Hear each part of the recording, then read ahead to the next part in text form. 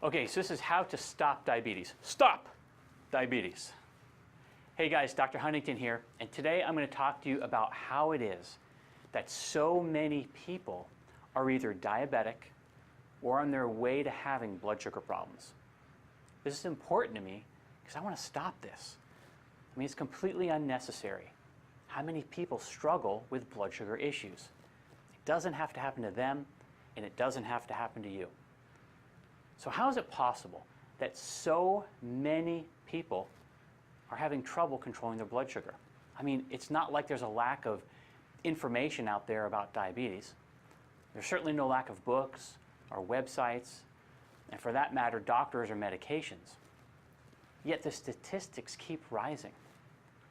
Did you know that some estimates are approaching 1 billion, with a B, diabetics worldwide? That's about 1 out of every 8 people. And if you add in people who are pre-diabetic, which you could call like diabetic light, that estimate approaches 3 billion people around the world. So let's cut through all the BS and go straight to the core of the problem. If you are diabetic, there are 3 areas that you can work on which will help you to start resolving your blood sugar issues today or as soon as you can get started on them. And it does not have to be hard because it took you decades to become a type 2 diabetic. So if it takes you many months to reverse this problem, that's not so bad. Okay, the first area is knowledge. You need to increase your level of knowledge about how your body works, about food, and about the disease itself.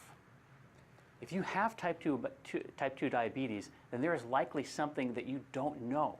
Because if you knew everything about it, then it would be almost impossible for you to have this condition. So let's look at increasing knowledge. First thing I have listed here, foods to eat and not to eat. Now here's the thing. No matter where you are in terms of your knowledge about foods, there's definitely an opportunity for you to improve in this area because there's nobody in the whole world who knows everything about all the foods and how they relate to diabetes. So this is an area that you can increase your knowledge right away. The second one I have listed is what time of day is best to eat.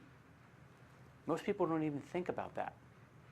But when you eat, definitely makes a difference with your blood sugar and your insulin. How many times a day should you eat? There's been advice all over the board on this one.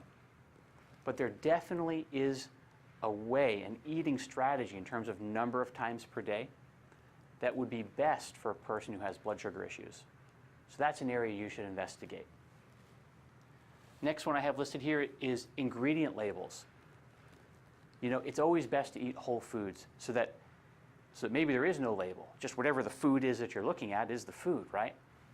But sometimes we eat things that come in a box or a can or are several foods put together, and there's an ingredient label, and you have to be able to understand those.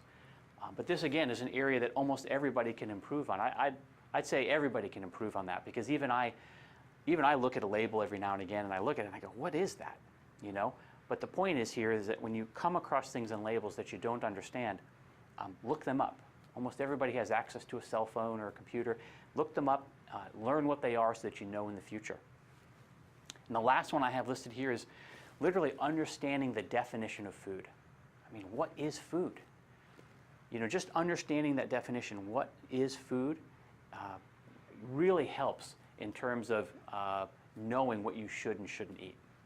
And of course, there's many more things that you could list under knowledge. But my point here is that if you increase your level of knowledge in regards to diabetes, how your body works, and food, you'll be on your way to better health.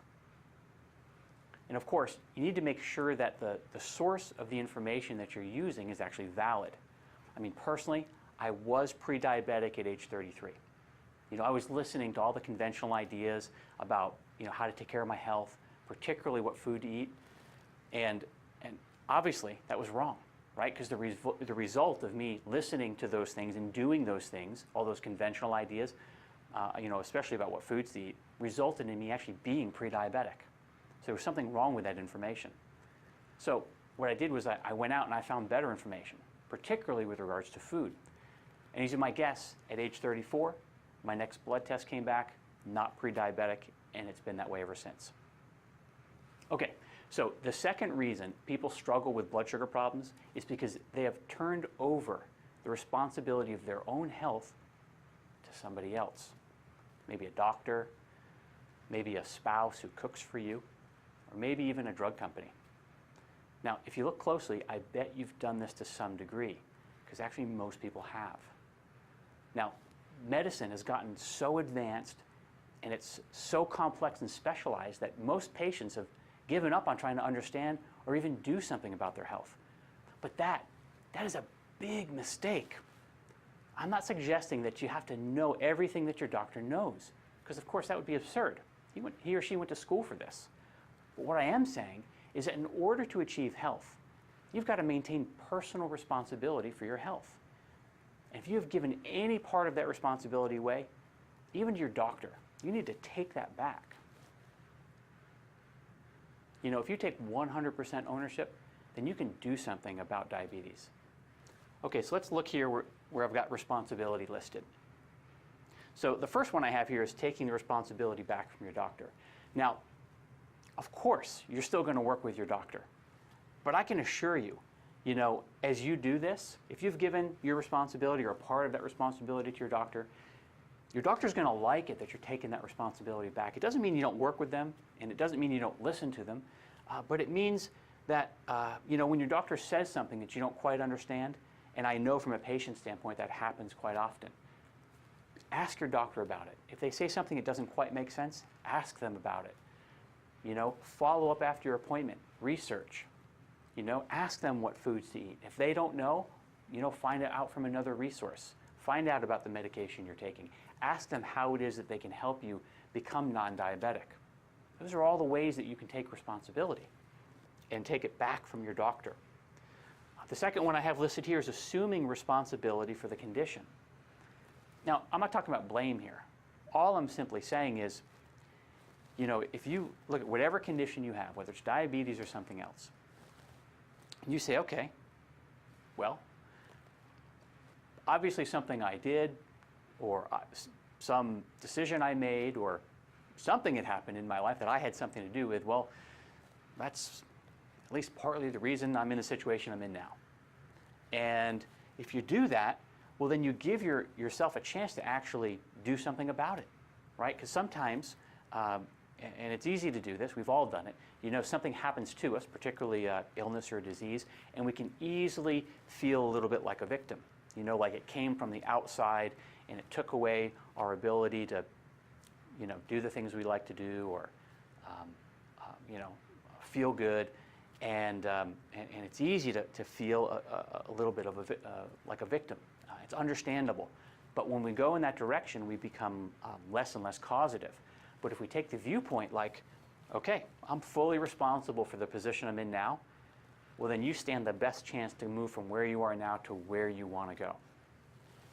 Okay, next one I've got here is I got here so I can get myself out of here. You know, we sort of bled over into that one when we talked about assuming responsibility. But the truth is, if you really look at it from that viewpoint, like, you know what, I have everything to do with the way my life has gone to this point and where I am now, well, that means you now have the power to be able to move forward and do the things you need to do to get where you want to go. All right, and the last one I listed here is I can or I will do something about it, meaning about my blood sugar issues or about the way I eat. Again, being causative about things really, it really is the answer. So this responsibility point is more of a mindset that guides your actions. It's a decision that you are the cause of things and not the effect of things. It's this viewpoint that will allow you to take effective action. Okay, so the third reason people struggle with blood sugar problems has to do with control. And this probably doesn't come as a surprise. You know, the level of your health has a lot to do with the level of control you're exerting on the environment around you. You know, the greater your control, the greater your health potential. So let's take a look at control. All right, so the first one I listed here is, access to the right foods. This is a big one. Making sure that in your house, you have foods that are going to be diabetic friendly and aren't going to jack your blood sugar. You know, if you have foods laying around that, that you're not supposed to eat, well, I'll speak for myself. If I've got foods laying around that I'm not supposed to eat, I'm likely to eat them at some point. You know, so getting those out of the environment. That's what I mean by controlling your environment. Have foods around you that you can eat that are healthy for you, that won't affect your blood sugar in a negative way. Don't let yourself get over hungry. You know, we've all experienced it. You're working on eating the right way, but you get over hungry. You know, you go a few extra hours at work, or you decide to drive a little further on a road trip, and next thing you know, you're starving. And there's only one option. That option is not a good one. You know, you want to avoid those opportunities. So control your environment. Make sure that you don't get to a point where you're over hungry. Next one I have listed here is stick to eating properly. This is just a general self-control thing. And listen, this is an ongoing work in progress for everybody, myself included. You know, I have a certain diet that I stick to. Have I stuck to that diet 100% of the time ever since I started? Of course not. But do I stick to it most of the time? Absolutely. And as I've continued to work on this point, I stick to this diet more and more and more, and it becomes easier and easier. Not only because the mindset and the habits, but also because I mean, it seems like my taste buds have changed. You know, I tend to like the healthier foods the way they taste more so when I first started to switch over from a lot of the sweet foods I wasn't supposed to be eating. All right, controlling your environment in restaurants. You know, when you have specific foods that you want to eat and other foods that you want to avoid, one of the things you have to be able to do is, of course, choose restaurants that are going to have food that you can eat. But also, once you go to the restaurant, you're going to need to direct the wait staff, you know, regarding what you can and can't have on your dish. I make a lot of changes to the food, the way they're prepared on the menu. I probably drive the waitresses and waiters absolutely nuts. In fact, some of them come over, and if they're really good, they just ask for everybody's order without pen and paper. They never get through my order without pen and paper. They usually stop me halfway through, they pull it out, a little bit annoyed that they weren't able to get it all, and they start writing it down. You know, but I make sure they get it. And if the food comes out not prepared the way I need it, you know, I very nicely send it back, right? Because I've got to be able to control that in order for me to have the food I need and eat the way I need to eat. Okay, the last one here I've got under control is just say no to sugar. Obviously, blood sugar problems stem mainly because we have too much sugar in our diet. And sugar can taste pretty good, but you got to say no to sugar. You know, sugar's a big one. So with regard to the different places in your diet where sugar is creeping in, I cover that in other videos. Okay, so how can any person start the process of digging themselves out of the hole called diabetes? It's by increasing three things: increasing their knowledge, taking back all the responsibility that they may have delegated out to others, and increasing the control on the environment. Now wait, before you go into apathy, because maybe you have a lot to handle here, just do whatever at whatever pace works for you. Whether it's implementing one thing over a point of a few minutes or a few days or a few weeks, whatever it is, you get 1 point in, and then do it again. In other words, go back and get another point in. Get that done. Then you pick another area, and you improve it. And you continue to work on it, you know, piece by piece. So, pick a point out of knowledge, pick a control point, pick a responsibility point, go back and pick 2 more control points, and you make your way that way. As soon as you do that, you are on the road to better health. And if you stick to it, you keep improving those areas, I think you'll find that controlling your blood sugar is not only possible, it can be pretty easy. And I'd like to see you get there. So pick one of those areas today and make it a better day.